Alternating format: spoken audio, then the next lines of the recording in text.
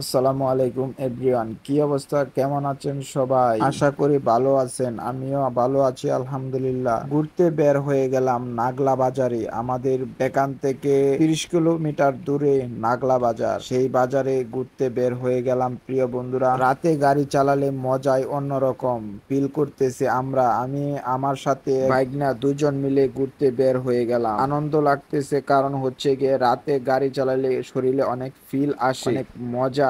গরমের দিন অনেক মজা লাগে, শুধু গেঞ্জি গায়ে অনেকটা ফিল করতেছি। আমরা বাজারে আসলাম, সেটা হচ্ছে দারা বাজার। আমরা যারা বাইক লাভার আছি তারাই বুঝতে পারি গাড়ি চালালে কতটুক মজা এবং কতটুক ভালো লাগে আমাদের কাছে। তারাই শুধু বুঝতে পারবে যারা বাইক লাভার। চলে আসলাম পাম্পে, বরাবর পাম্পে ঢুকে পড়লাম তেল ভরার জন্য। 1000 টাকা তেল ভরবো।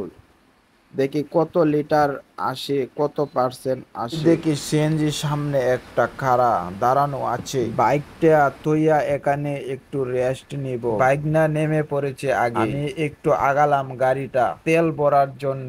পাম্পের মিটারে কোনো একটা সমস্যা হয়েছে, সে কারণে তেল দিচ্ছে না। আমাকে আধা ঘন্টার সময় দিল বসে থাকার জন্য। তো তারা ঠিক করতে লাগলো কি সমস্যা হয়েছে, মানে তেল নাই এখানে, সেজন্য তেল ভরছে এবং তেলে মাপ দিতেছে কতটুক তেল আসতে না আসতে এরকম সমস্যা দেখা দিছে। কিন্তু কতক্ষণ বসে থাকা লাগে বুঝতেছি না। এখানে একটু ঘোরাঘুরি করতেছি, ভালো লাগতেছে না। এক জায়গায় ঘোরাঘুরি করতে ভালো লাগে না। এটা হচ্ছে ক্যাশ কাউন্টার। এটার সামনে অনেকক্ষণ ধরে বসে আছে আমি এবং বাইকনা এবং আমার বাইক। এর মধ্যে আমার বাইকনা চাইতেছে গাড়িটা চালানোর জন্য, আমার কাছে চাবি চাইতেছে। দিলাম চালাতে, কিন্তু আমার ভয় লাগতেছে যদি ফেলিয়ে দেই, সেজন্য আস্তে আস্তে চালাতে বললাম। তারপর আমারও ভালো লাগতেছে না, আমিও আবার গাড়ি নিলাম এবং চালাতে লাগলাম। কি করব, এতক্ষণ ধরে বসে আছি, ভালো লাগছে না, সেজন্য গাড়িটা আবার চালাই, দেখি ভালো লাগে কিনা। অনেকক্ষণ ধরে বসে আছি, প্রায়